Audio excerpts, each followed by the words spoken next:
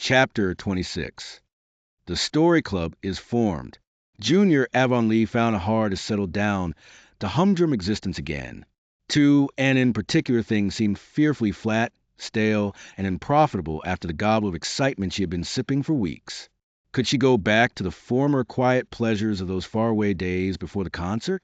At first, as she told Diana, she did not really think she could.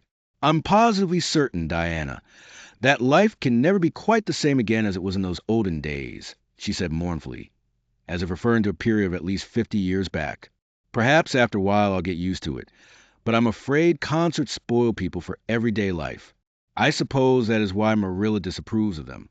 Marilla is such a sensible woman. It must be a great deal better to be sensible, but still, I don't believe I'd really want to be a sensible person, because they are so unromantic. Mrs. Lynde says there is no danger of my ever being one, but you can never tell. I feel just now that I may grow up to be sensible yet, but perhaps that is only because I'm tired. I simply couldn't sleep last night for ever so long. I just lay awake and imagined the concert over and over again. That's one splendid thing about such affairs. It's so lovely to look back to them." Eventually, however, Avonlea school slipped back into its old groove and took up its old interests. To be sure, the concert left traces. Ruby Gillis and Emma White, who had quarreled over a point of precedence in their platform seats, no longer sat at the same desk, and a promising friendship of 3 years was broken up. Josie Pye and Julia Bell did not speak for 3 months, because Josie Pye had told Bessie Wright that Julia Bell's bow when she got up to recite made her think of a chicken jerking its head, and Bessie told Julia. None of the Sloanes would have any dealings with the Bells, because the Bells had declared that the Sloanes had too much to do in the program, and the Sloanes had retorted that the Bells were not capable of doing the little they had to do properly. Finally, Charlie Sloane fought Moody Spurgeon McPherson, because Moody Spurgeon had said that and Shirley put on airs about her recitations, and Moody Spurgeon was licked. Consequently, Moody Spurgeon's sister, Ella May, would not speak to and Shirley all the rest of the winter. With the exception of these trifling frictions, work in Miss Stacy's little kingdom went on with regularity and smoothness. The winter weeks slipped by. It was an unusually mild winter, with so little snow that Ann and Diana could go to school nearly every day by way of the Birch Path. On Ann's birthday, they were tripping lightly down it, keeping eyes and ears alert amid all their chatter, for Miss Stacy had told them that they must soon write a composition on a winter's walk in the woods, and it behooved them to be observant.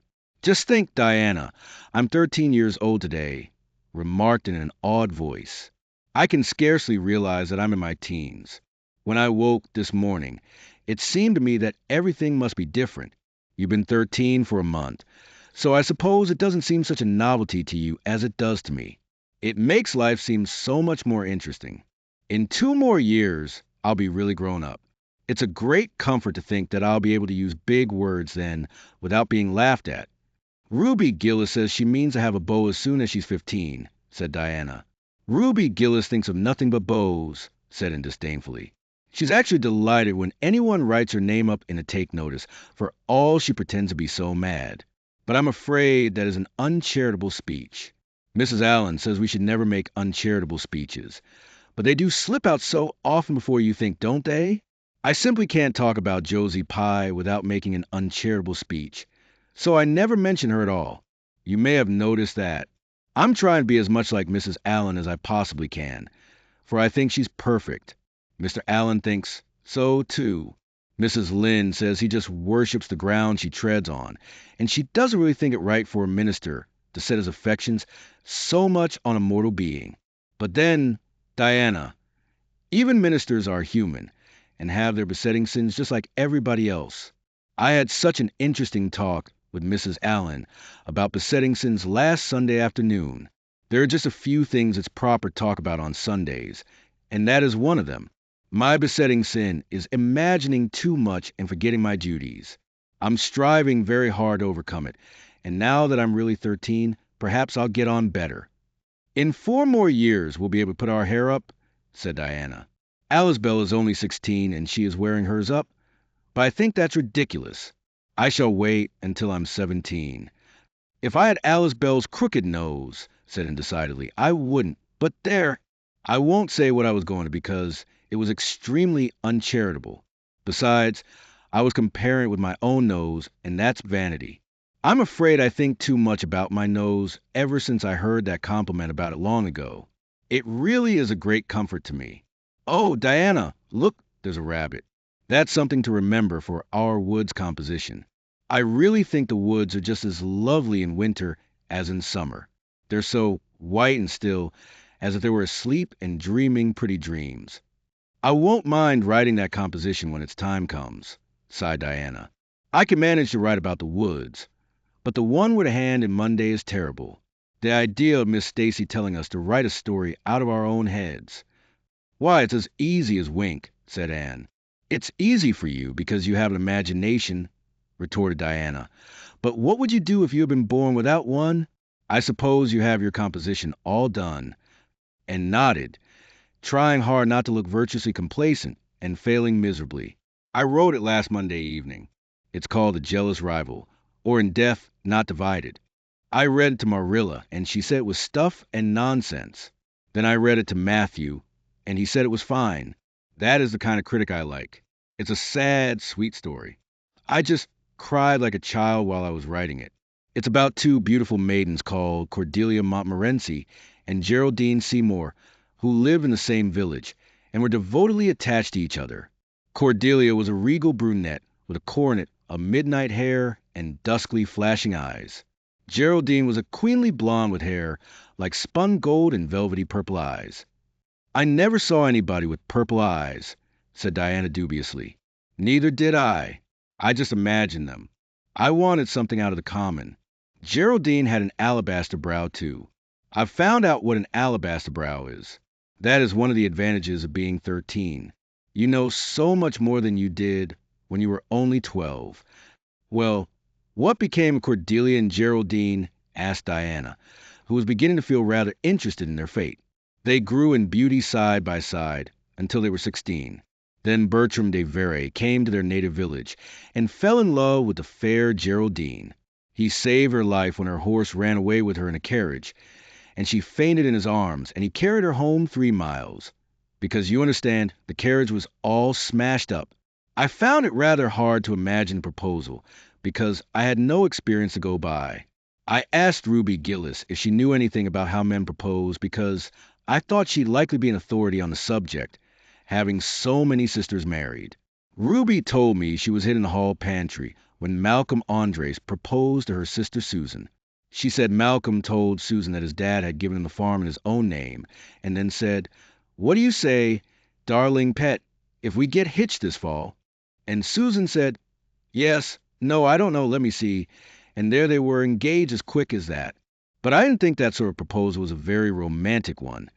So in the end, I had to imagine it out as well as I could. I made it very flowery and poetical, and Bertram went on his knees, although Ruby Gillis says it isn't done nowadays. Geraldine accepted him in a speech a page long. I can tell you I took a lot of trouble with that speech. I rewrote it 5 times, and I look upon it as my masterpiece. Bertram gave her a diamond ring and a ruby necklace and told her they would go to Europe for a wedding tour, for he was immensely wealthy.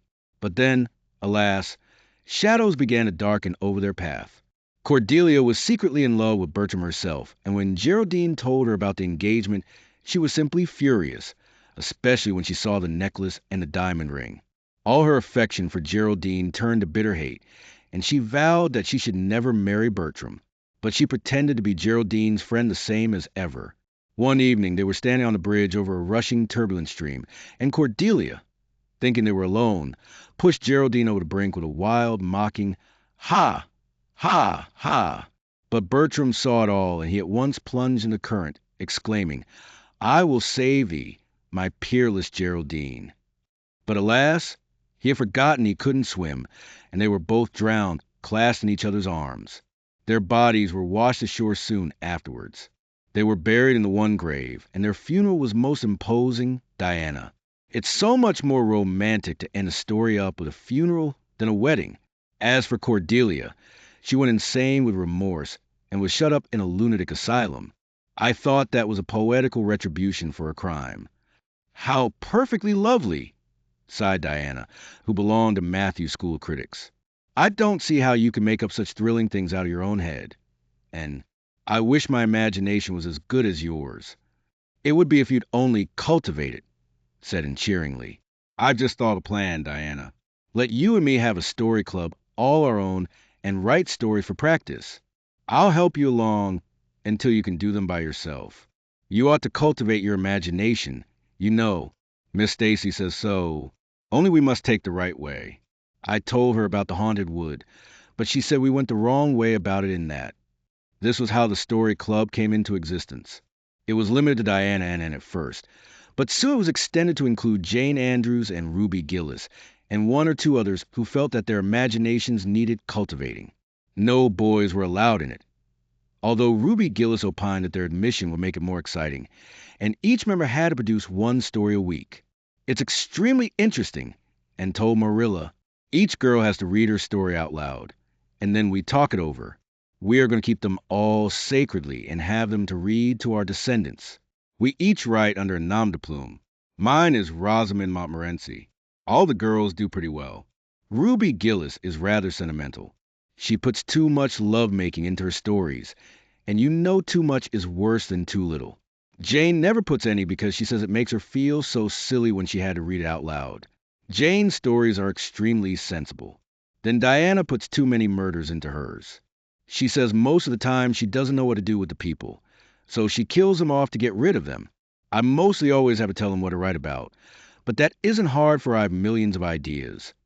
I think the story writing business is the foolishest yet, scoffed Marilla. You'll get a pack of nonsense into your heads and waste time that should be put on your lessons. Reading stories is bad enough, but writing them is worse. But we're so careful to put moral into them all, Marilla, explained Anne. I insist upon that. All the good people are rewarded, and all the bad ones are suitably punished. I'm sure that must have a wholesome effect. The moral is the great thing. Mr. Allen says so. I read one of my stories to him and Mrs. Allen, and they both agreed that the moral was excellent, only they laughed in the wrong places. I like it better when people cry. Jane and Ruby almost always cry when I come to pathetic parts. Diana wrote her Aunt Josephine about our club, and her Aunt Josephine wrote back that we were to send her some of our stories. So we copied out 4 of our very best and sent them. Miss Josephine Barry wrote back that she had never read anything so amusing in her life. That kind of puzzled us because the stories were all very pathetic and almost everybody died. But I'm glad Miss Barry liked them. It shows our club is doing some good in the world. Mrs. Allen says that ought to be our object in everything. I do really try to make it my object, but I forget so often when I'm having fun. I hope I shall be a little like Mrs. Allen when I grow up. Do you think there is any prospect of it, Marilla? I shouldn't say there was a great deal, was Marilla's encouraging answer. I'm sure Mrs. Allen was never such a silly, forgetful little girl as you are. No, but she wasn't always so good as she is now either, said Anne seriously. She told me so herself. That is, she said she was a dreadful mischief when she was a girl and was always getting into scrapes. I felt so encouraged when I heard that. Is it very wicked of me, Marilla, to feel encouraged when I hear that other people have been bad and mischievous? Mrs. Lynde says it is. Mrs. Lynde says she always feels shocked when she hears of anyone ever having been naughty, no matter how small they were. Mrs. Lynde says she once heard a minister confess that when he was a boy he stole a strawberry tart out of his aunt's pantry, and she never had any respect for that minister again. Now, I wouldn't have felt that way. I'd have thought that it was real noble of him to confess it, and I'd have thought what an encouraging thing it would be for small boys nowadays who do naughty things, and are sorry for them to know that perhaps they may grow up to be ministers in spite of it. That's how I'd feel, Marilla. The way I feel at present, said Marilla, is that it's high time you had those dishes washed. You've taken half an hour longer than you should with all your chattering. Learn to work first and talk afterwards.